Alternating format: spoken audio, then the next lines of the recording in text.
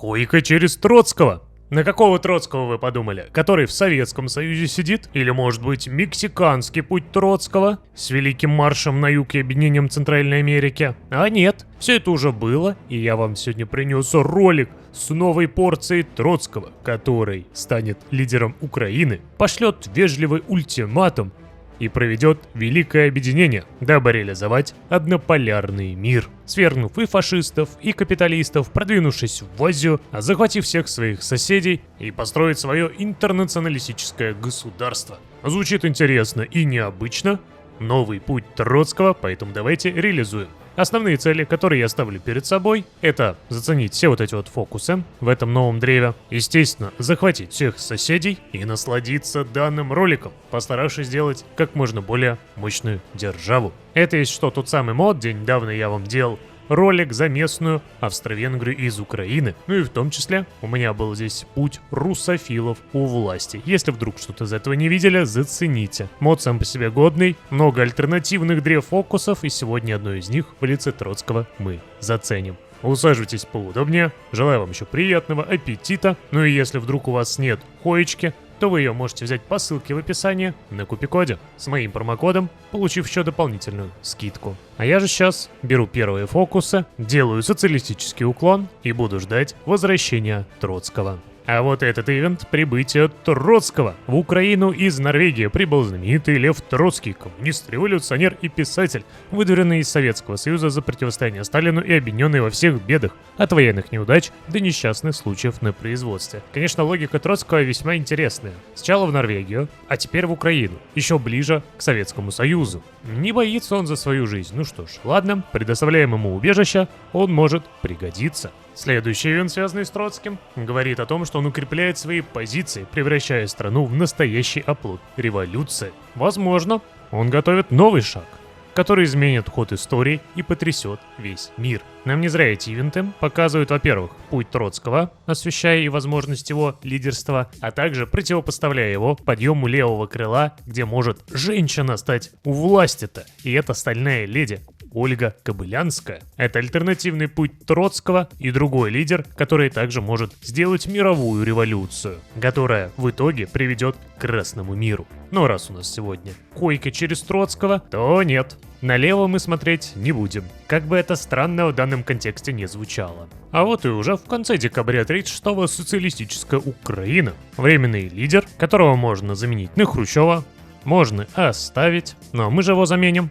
не на Хрущева, а на Троцкого. И вот он, рост троцкизма. С каждым днем все больше людей задаются вопросом, не станет ли Киев центром мировой революции, о которой Троцкий мечтал долгие годы. Последователи Троцкого будут штурмовать правительство и понадеются вежливым ультиматумом забрать власть в свои руки. Вот так вот, вежливо и нежненько приставят пушку и попросят власть.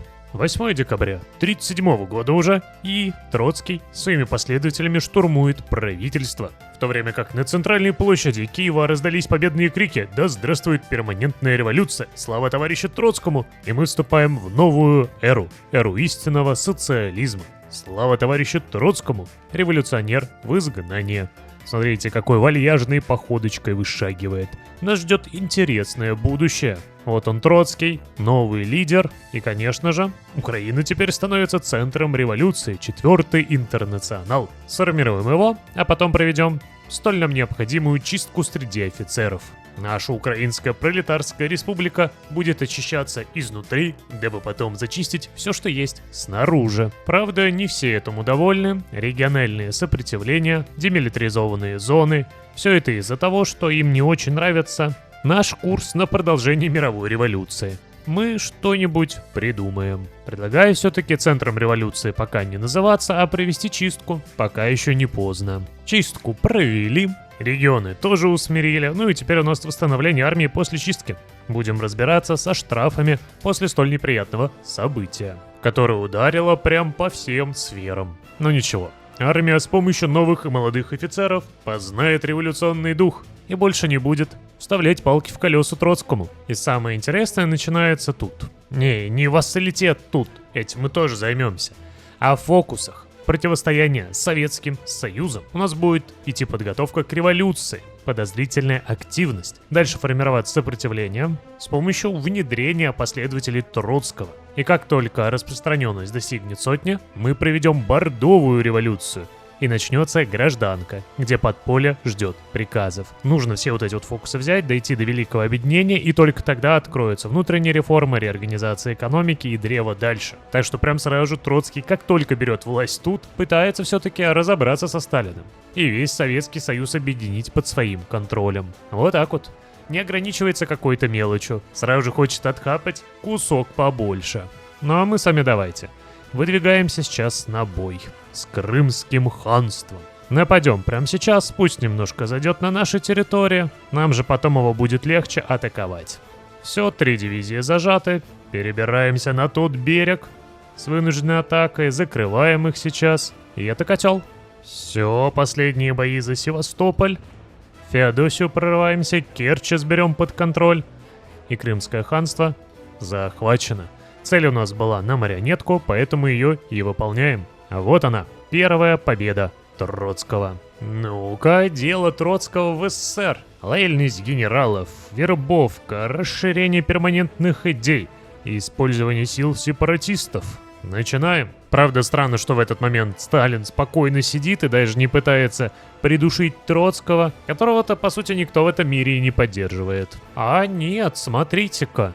Покушение на Льва Троцкого. Все-таки Сталин без дела-то не сидит. Вооруженная группа пробралась в резиденцию и попыталась ликвидировать вождя. Но благодаря оперативным действиям охраны и счастливой случайности покушение провалилось. И, возможно, данное покушение лишь первый шаг в плане по свержению революционного правительства Украины. Наша задача теперь ясна. Выявить и уничтожить всех, кто стоит за этим. Враги революции не получат второго шанса. Исполняем приказ 66. Правда, исполнять мы его будем долго, 50% поддержки, будет 65, а оставшиеся 35 нам надо еще набирать. Без них двинуться мы дальше не можем. И вот в феврале 1939 года мы готовы начать бордовую революцию. Правда, Сталин в это время со своей паранойей уже разобрался, но мы вот так вот неожиданно вгрянем и поднимем восстание, которое в идеале должно привести к объединению с РСФСР, и вдобавок к этому еще дать цель марионетка против войска Кубанского. Подполье ждет приказов, начнется гражданка в Советском Союзе. Если удар будет нанесен быстро и решительно, восстание сможет охватить ключевые города и парализовать управление страной. 24 апреля 1939 года началась гражданка.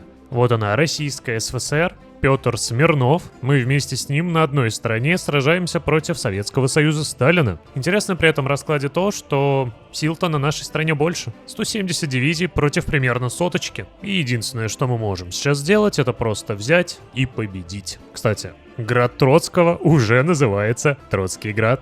Идеально. Вперед на границе. И идти к победе. До 20% будет держаться Сталин. Воу. А учитывая, что у него теперь столица в Барнауле, чуется, данная гражданка будет далеко не быстрой. Да, конечно, тут Владивосток под контролем Смирнова, но с 2 дивизиями он вряд ли его удержит. Погнали. Будем защищать град Троцкого и прорываться к Уралу. Это наша сейчас основная цель, на фоне которой будем реформировать армию, набираясь опыта в новых битвах. Давайте сразу же со старта.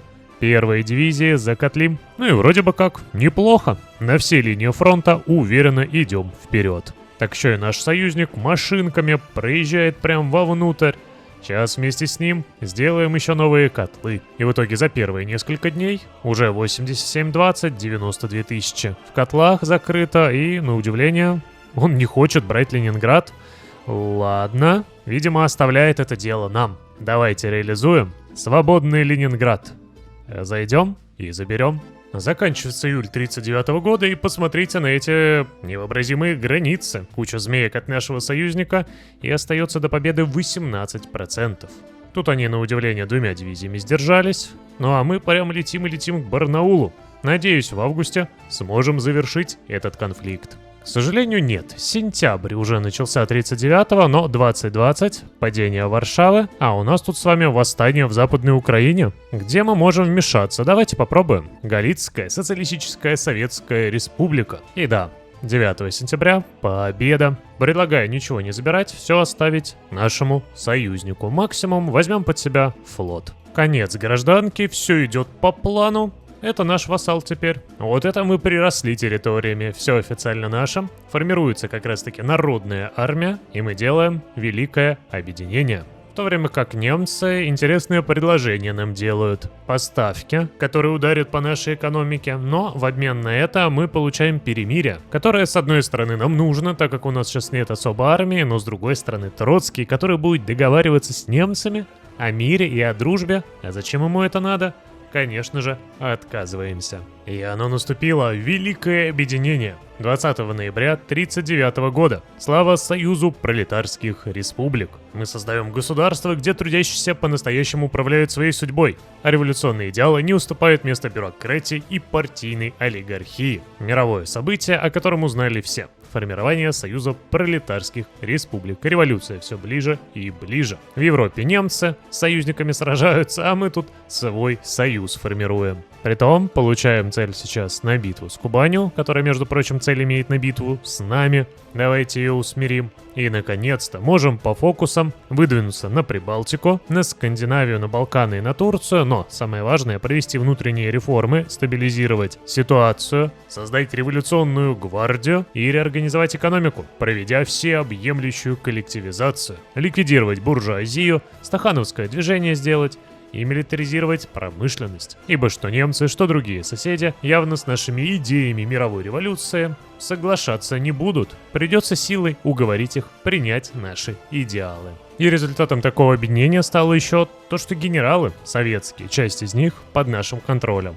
Правда, некоторые почему-то запуганы до сих пор Сталиным каким-то образом. Видимо, это душевная травма, которую не излечить. Но, к счастью, такой только один. Другие готовы стать нашими новыми командующими. Начинаем освобождение Прибалтики. Никто что-то гарантии сюда не кидает. Правда, какое освобождение? Мы марионетки там делаем. Даже не захватываем, смотрите-ка. Просто мирно устанавливаем дружественные режимы, заодно прокачивая наших солдат. И смотрите, теперь у нас Троцкий еще и советник, который увеличивает получаемый опыт, организацию и меньше скорость роста сопротивления. Правда, бьет по стабильности, но что поделать. Такой вот у нас Троцкий нестабильный. Ему мало кресла правителя, еще и в министры подался, осталось еще и командующим стать, жаль, что пока нигде его нет. Надеюсь, дальше по фокусам как-нибудь станет еще и фельдом, чтоб прям реально название ролика «Койка через Троцкого» приобрело немного другое значение. Я что-то не понял. Советские репрессии. Советская власть начала жестко репрессировать украинских дальневосточных деятелей. Ну, ладно, мы же не объединили все земли Советского Союза. Направить протест. Вопрос кому и зачем? Видимо, у Троцкого началась своя новая шиза. В апреле 41-го беру неистекаемые цели на марионетку против немцев, Италии и Японии. Жаль, что фокус азиатского направления не пропускается, учитывая, что у нас и так есть цель. Ну и теперь готовимся к финальной битве против оси. Шаблоны у нас сделаны с танками, имеют броню, хорошие характеристики, с помощью которых немцы явно откинутся. Все никак я не дождусь нападения от немцев, а значит выбора нет, нападаем сами. И это ведет к битве сразу же с немцами, с итальянцами и с японцами. На всех фронтах рвемся в бой, нести революцию в массы. И ох, какая же хорошая и уверенная атака со стороны немцев, посмотрите-ка. Но они ничего не могут, бедненькие, да такой армадой. Пытаются прорвать нашу бравую армию. А давайте-ка мы вам покажем свою силушку богатырскую. Во! Посмотрите на эту красоту. Несмотря на численное превосходство с немецкой стороны, наша Красная Армия уверенно атакует и уже заходит на вражеские рубежи. Вот она, сила и мощь Красной революционной армии. Уже в мае 42-го капитулирует Миньцзянь. Следом капитулирует сейчас Манчжоу, и Японию выгоняем из Китая и из Кореи. Посмотрите, 1 миллион с лишним своих солдат положили в этом бессмысленном конфликте. Нет бы перейти на нашу сторону, сражаются за свободу и равенство. А они пытаются что-то, атакуют нас, но у них ничего не выходит. Как-то немецкая махина оказалась колоссом на глиняных ножках, который, того и гляди, скоро окончательно падет. И мелочиться, конечно же, не будем, погнали еще следом на Китай. Цель марионетка фокус, посражаемся еще и с Китаем. Не зря же мы своих солдат сюда отправили, не зря, поэтому вперед. и Японию, и Китай спасем от гнета капиталистов. И думаю, в августе 42-го самое время пойти в атаку, отметив тем самым почти 3-миллионные потери немцев. Ну они прямо старались, видно старались. Да и на самом-то деле в атаку-то идем, потому что демократы уже Рим взяли. Сейчас так еще доберутся до Берлина и скажут, что они победили, а не мы. Хотя каждый из вас прекрасно видит, кто внес основной вклад в это сражение. Конечно же, армия Троцкого. Ну и в Азии в это время все вполне себе идет хорошо. И уже в октябре 42-го бои за Варшаву, бои за Кёнигсберг. Наш вклад еще больше увеличивается, а потеря немцев 3,5 миллиона. Также врываемся в Словакию и Венгрию, в то время как демократы забирают Милан и начинают вторжение в вишистскую Францию. Ось окончательно зажимается между демократами и нашим 4-м интернационалом. И посмотрите сюда вот, в ноябре 42-го года. Какой красивый котел под Мемелем. Вернем Мемель под контроль Литвы, а заодно уничтожив немалую часть войск оси. 4 миллиона потерь с немецкой стороны. В марте 43-го мы уверенно дожимаем остатки Китая, прорываемся в Гуаньси, Шаньси и Ком-Китай. Перешли уже под наш контроль, и остается здесь совсем чуть-чуть до финальной победы в Азии. Китайские братья официально станут нашими братьями. В это же время в Европе закрываем немцев под Гдыней, прорываемся к Берлину, Венгрию почти капитулировали, Словакия пала. Ну и давайте. Удар под Берлин. Ну что, успеем в апреле 43-го или нет? Активная фаза боев. И 30 апреля 43-го Берлин захвачен. Вот так вот. За год мы добрались до Берлина, а в это время освобождение Парижа. Демократы уже Францию освобождают, в то время как мы берем под свой контроль Балканы и дожимаем остатки оси. А в итоге с вкладом примерно в 60% мы закончим великую битву против оси. 12 с лишним миллионов потерь на вражеской стороне. Но чуть пораньше падает Китай, где мы вместе с японцами обязаны мириться. Вот это, конечно, грустно, но что поделать. Замиримся, а потом, видимо, вновь будем выкидывать японцев, которые смогут забрать Китай под свой контроль. Просто полюбуйтесь этой красотой. Вот он, наш вассальный Ком-Китай, здесь новое правительство Китая, Китайская империя. Японцы большую часть Китая смогли вернуть под свой контроль. Я, конечно, понимаю, что это механика мирных договоров и все такое, но это выглядит максимально глупо, что я вдруг отдал территории под контроль японцев, с которыми сражался. Теперь вот в этих вот невообразимо красивых границах мне надо как-то перестроить нашу армию и отправиться вновь в бой. Хотя самое грустное, что немалую часть наших солдат просто волшебным образом телепортировала из Китая в Киев. Потому что, видите ли, японцы забрали территорию. Логика, да, у Хойки зашкаливает. И, кстати, почти следом капитулирует Германия. Вот тут уже 62%. И основная цель, опять же, марионетка. Давайте действовать. И позвольте вас познакомить с миром, еще и в Европе. 27 мая 43 года.